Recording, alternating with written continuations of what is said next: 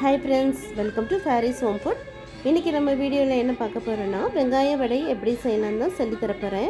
இது ரொம்ப நல்ல ஒரு டேஸ்ட்டாக இருக்கும், ஹெல்த்தியாகவும் இருக்கும். ஏன் ஹெல்த்தியாக இருக்கும் அப்படின்னா, நம்ம கோதுமை மாவு போட்டு தான் இந்த வெங்காய வடை பண்ண போகிறோம். இது ரொம்ப நல்லா சூப்பராக இருக்குங்க. ஈவினிங் ஸ்நாக்ஸாகவும் யாராவது கெஸ்ட்டு திடீர்னு வந்துட்டாங்கன்னா டக்குன்னு இந்த மாதிரி செஞ்சு கொடுத்தீங்கன்னா ரொம்ப விருப்பமாக சாப்பிடுவாங்க.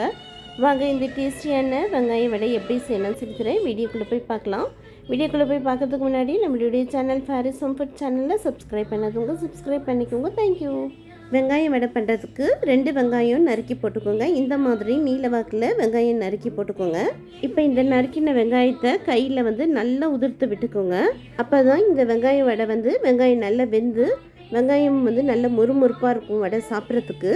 பாருங்கள், இந்த மாதிரி நல்லா உதிர்த்து எடுத்துக்கணும். இப்போ இதில் 1 கப் அளவுக்கு கோதுமை மாவு போட்டுக்கோங்க. 3 டீஸ்பூன் அரிசி மாவு போட்டுக்கலாம். அரிசி மாவு போடும்போது கொஞ்சம் மொறுமொறுப்பாக இருக்கும் வடை. அடுத்து இதில் 1/2 டீஸ்பூன் சக்தி வரமிளகாய் தூள், 1/2 டீஸ்பூன் உப்பு போட்டுக்கலாம். கொஞ்சமாக கொத்தமல்லி இலை, கொஞ்சமாக கருவேப்பிலை இலையும் போட்டுக்கோங்க. 1/4 டீஸ்பூன் சோம்பு போட்டுக்கலாம். போட்டுட்டு நல்லா மிக்ஸ் பண்ணி விட்டுக்கோங்க. தண்ணி எதுவுமே விடாமல் ஃபஸ்ட்டு நல்லா மிக்ஸ் பண்ணி விட்டுக்கோங்க. இப்போ இந்த அளவுக்கு மிக்ஸ் பண்ணதும் கொஞ்சம் கொஞ்சமாக தண்ணியை தெளித்து மறுபடியும் மிக்ஸ் பண்ணிக்கோங்க. ஃபஸ்ட் எடுத்ததும் தண்ணி நிறைய ஊற்றி மிக்ஸ் பண்ணிடக்கூடாது. தண்ணியை தெளித்து விட்டு மிக்ஸ் பண்ணிக்கோங்க. இந்த மாதிரி கோதுமை மாவு போட்டு இந்த வடை பண்ணுறதுனால ஹெல்த்தியாகவும் இருக்கும். உங்களுக்கு மைதா மாவு பிடிக்கும், மைதா மாவு ஓகேனா நீங்கள் மைதா மாவும் போட்டுக்கலாம். அல்லது இதே இடத்துல கடலை மாவு கூட போட்டு இந்த மாதிரி செஞ்சிங்கன்னா நல்லாயிருக்கும். ஹெல்த்தியாக இருக்கணுன்றதுனால நான் கோதுமை மாவு போட்டு செஞ்சு எடுத்துக்கிறேன்.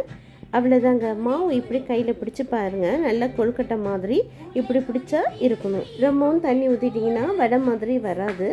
இப்போ கொஞ்சமாக கையில் எண்ணெய் தேய்ச்சிக்கோங்க.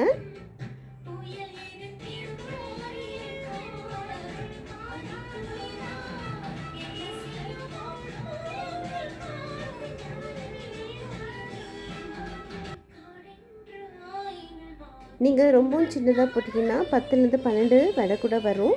நான் கொஞ்சம் பெருசு பெருசாக போட்டிருக்கிறதுனால எனக்கு ஒரு 9 வடை வந்திருக்குங்க. இப்போ இதுலேயே கொஞ்சமாக கோதுமை மாவு எடுத்துக்கோங்க. இப்படி எல்லா வடை மாவுலையும் மேலோட்டமாக கொஞ்சம் கொஞ்சமாக தூவி விட்டுக்கோங்க.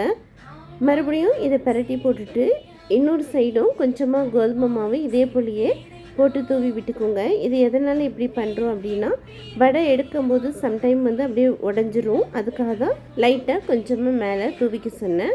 அவ்வளோதாங்க. இப்போ வடைக்கு மாவு எல்லாம் ரெடி. இப்போ வாங்க வடை சுடுறதுக்கு ஒரு பேனில் எண்ணெய் ஊற்றிக்கலாம். எண்ணெய் நல்லா சூடானதும் எடுத்து வச்சுருக்கிற வடை ஒன்று ஒன்றா போட்டுக்கோங்க. ஒருவேளை நீங்கள் வடை சுடும்போது இந்த மாதிரி முழுசாக உங்களுக்கு வடை வரலை அப்படின்னா கவலையப்படாதீங்க. மாவை நல்லா உதிர்த்து விட்டு பக்கோடா மாதிரி பண்ணிக்கோங்க. கேட்டால் பக்கோடா தான் பண்ணேன்னு சொல்லிவிடுங்க. குப்புற விழுந்தாலும் மீசில் மண் விட்டக்கூடாதுல்ல, எதையாவது சொல்லி சமாளிச்சுக்கோங்க. இப்போ உடனே திருப்பி விடாமல் மாவு ஒரு சைடாக வெந்ததும் திருப்பி விட்டுக்கோங்க. உங்களுக்கு மொறுமொறுப்பாக வேணா இன்னும் கொஞ்சம் நேரம் நல்லா மொறுமொறுப்பாக பொரிச்சு எடுத்துக்கோங்க. ஒரு பிளேட்டில் டிஷ்யூ பேப்பர் போட்டுட்டு எல்லா வடையும் எண்ணெயை சுத்தமாக நல்லா வடித்து பொரித்து எடுத்துக்கோங்க. அவ்வளோதாங்க. எல்லா வடையும் நல்லா பொரித்து எடுத்தாச்சு.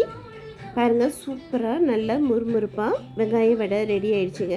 ரொம்ப நல்ல ஒரு டேஸ்ட்டாக இருக்கும். ஈவினிங்க்கு இந்த மாதிரி வடை செஞ்சு கொடுத்தீங்கன்னா ரொம்ப சூப்பராக இருக்கும். நல்ல ஒரு சூடாக இஞ்சி டீ போட்டு இந்த வடை வச்சு சாப்பிட்டிங்கன்னா அவ்வளோ டேஸ்ட்டாக இருக்கும்.